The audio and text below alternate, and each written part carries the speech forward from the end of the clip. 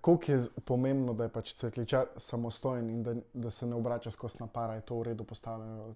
To je nujno. Pač cvetličarka na poročni dan obremenjuje poročen par, to no-go, res. Na poročen dan mora biti poročen par čist odmaknjen in imeti glavo na drugem mestu, ne da se obremenjuje z dekoracijo. Tako da tudi če gre kaj narobe, mora cvetličar probati to sam rešiti.